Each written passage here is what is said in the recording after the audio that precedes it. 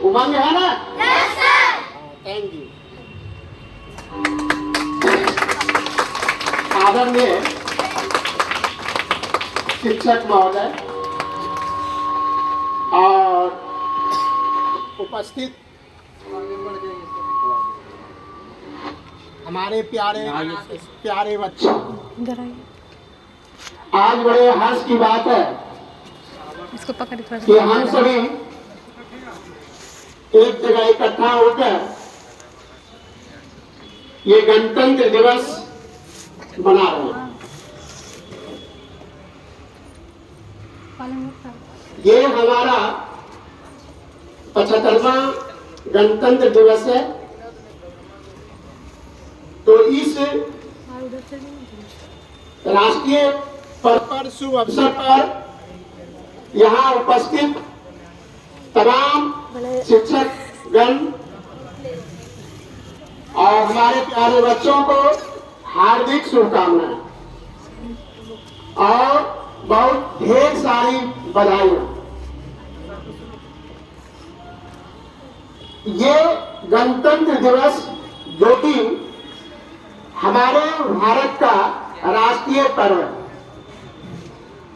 और ये पर्व हर जगह स्कूल, कॉलेज और जितने भी सरकारी या निजी प्रतिष्ठान है, कार्यालय है, हर जगह ये उत्सव मनाया जाता है। और हमारे देश की राजधानी दिल्ली के राजपथ पर हमारे देश के जो सर्वोच्च राष्ट्रपति महोदय होते हैं वो झंडा फहराते हैं और उनके सम्मान में हमारे वीर सैनिकों के द्वारा 31 तोपों की सलामी दी जाती है। उस पैरेड में हमारे तीनों सेना के प्रमुख अपने कर्तव्य दिखाते हैं और देश की जो सैन्य शक्ति है वो पूरे वर्ल्ड में अपनी शक्ति को दिखाते हैं। ये जो हमारा सैन्य शक्ति है, हमारी सेना की जो शक्ति है, तीनों सेना जो हमारा है, ये गणतंत्र दिवस पर पूरा वर्ल्ड ये देखता है कि भारत के पास क्या सैन्य शक्ति है ना? और ये हमारी पहचान देता है। जिस समय हमारा देश आजाद हुआ था उस समय की और कुछ स्थिति थी, लेकिन अभी हमारा देश है ना, हर स्थिति में, हर क्षेत्र में मजबूत है और हर परिस्थिति का सामना करने में सक्षम है। ये गणतंत्र दिवस के अवसर पर जब राष्ट्रपति महोदय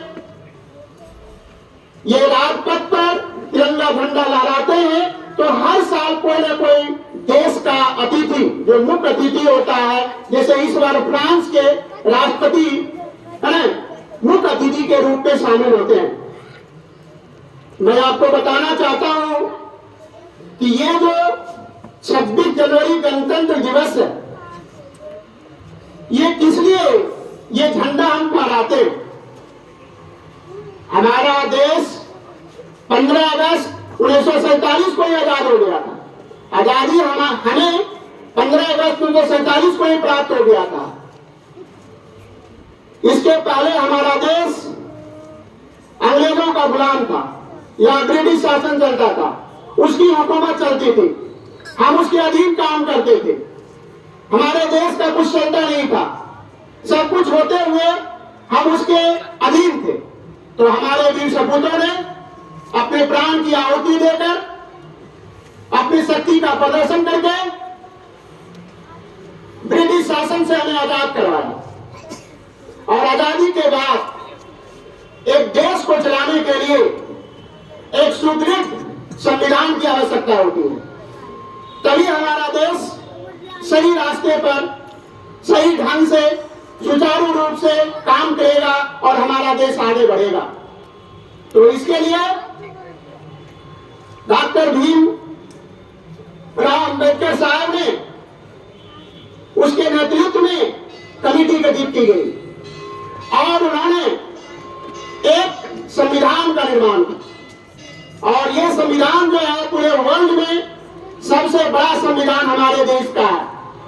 और यह संविधान लागू किया गया 26 जनवरी 1950 को, 3 साल के बाद।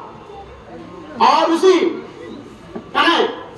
शुभ अवसर पर 26 जनवरी 1950 को हम अपने देश के सम्मान में, संविधान के सम्मान में, उन वीर सपूतों के सम्मान में जिन्होंने हमें देश आजाद करवाया, उनके सम्मान में हम ये तिरंगा झंडा अपने देश की शान को लहराते हैं और पूरे वर्ल्ड में अपनी ताकत को जो है दिखाते हैं कि भारत किसी से कम नहीं है। आज कोई भी क्षेत्र, भारत चंद्रमा पर पहुंच चुका है, हमारा देश वहां जाके सर्वेक्षण कर चुका है। परमाणु के क्षेत्र में, हर क्षेत्र में हमारा देश आगे बढ़ रहा है। शिक्षा के क्षेत्र में हो, आपने देखा एक महामारी कोविड आया और उस समय भी हमारा देश सभी वर्ल्ड में सबसे ज्यादा अच्छा जो है काम किया। तो अब कहीं भी किसी क्षेत्र में हमारा देश पीछे नहीं है। तो इस सम्मान को बरकरार रखना हमारा कर्तव्य होता है। हमारा कर्तव्य होता है इस तिरंगे झंडे की रक्षा करना। ये तिरंगे झंडे फहराने का मेरा मकसद है, मेरा मकसद होता है कि हम उस वीर सपूतों को याद करें, उस तिरंगे झंडे की रक्षा करें जिन्हें प्राप्त करने के लिए ना जाने कितने वीर सपूतों ने आहुति दी। तो बच्चों, आप अपने कर्तव्य पर ध्यान दें।